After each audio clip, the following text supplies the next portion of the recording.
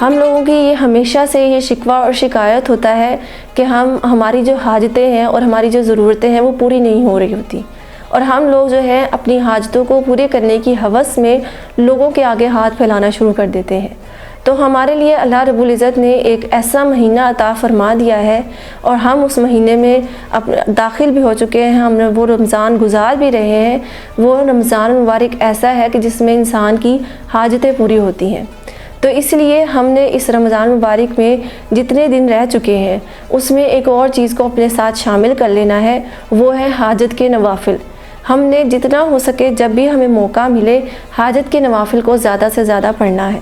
جب بھی ہم اپنی حاجت کی کوئی بھی ضرورت ہمیں پیش آئے گی، ہم نے سب سے زیادہ ضروری کام یہ کرنا ہے کہ ہم حاجت کے نوافل پڑھیں۔ اس سے آپ کو ایٹ اے ٹائم 2 بڑے فائدے پہنچیں گے۔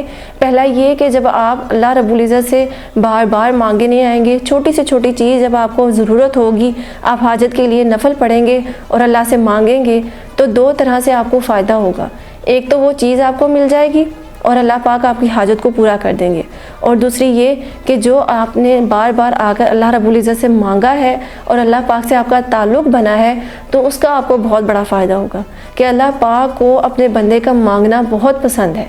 تو جب بھی آپ نے کسی چیز کی آپ کو ضرورت پڑے تو آپ نے فوراً اللہ پاک سے حاجت کے نفل پڑھنے ہیں اور اللہ پاک سے مانگنا شروع کر دینا ہے۔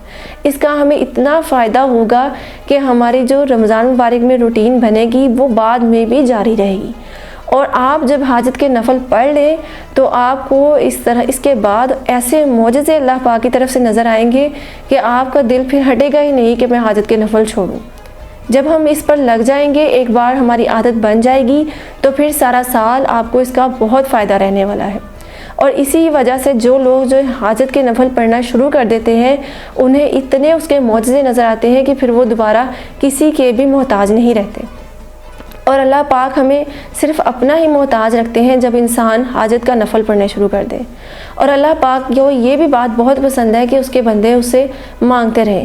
جب انسان اللہ پاک سے مانگتا ہے تو وہ گویا اپنی عاجزی اور انکساری دکھاتا ہے کہ یا اللہ میں تو بے بس ہوں، میرے ہاتھ میں کچھ بھی نہیں ہے، جو بھی ہے یا اللہ تو نے عطا فرمانا ہے۔ کوئی بھی چھوٹی سے چھوٹی چیز بھی، اللہ جی میرے پاس یہ نہیں ہے، یا اللہ مجھے اس چیز کی ضرورت ہے، جو بھی مانگنا ہے اپنے رب سے مانگیں اور فوراً حاجت کے نفل پڑھیں۔ آپ یقین مانیں کہ جب آپ روزے سے ہوں گے، آپ کا روزہ ہوگا، آپ کے منہ میں روزہ ہوگا، آپ کی عبادات ہوں گی، اور جب ساتھ آپ فوراً جا کر چھوٹی سے چھوٹی چیز اپنے رب سے مانگیں گے تو اللہ پاک کو بہت خوشی ہوتی ہے، اور یہی وہ موقع ہے جس کے ذریعے سے ہم اللہ پاک کی محبت کو پا سکتے ہیں۔ اور اللہ پاک کو ایسے بندوں سے ہی محبت ہوتی ہے جو چھوٹی سے چھوٹی چیز بھی اللہ رب العزت سے مانگیں اور لوگوں کے ہاتھ نہ پھیلائیں۔ تو ہم نے جتنا ہو سکے اس چیز کی طرف کوشش کرنی ہے کہ اللہ پاک سے حاجت کے نوافل پڑھ کے ہمیشہ اللہ رب العزت سے اپنی ضروریات اور حاجات کو مانگنا ہے۔ اللہ رب العزت سے دعا ہے کہ اللہ پاک تمام امت مسلمہ کی ساری حاجات کو پورا فرمائے اور صرف اپنا محتاج فرمائے۔ آمین۔ وآخر دعوانا ان الحمد للہ رب العالمین۔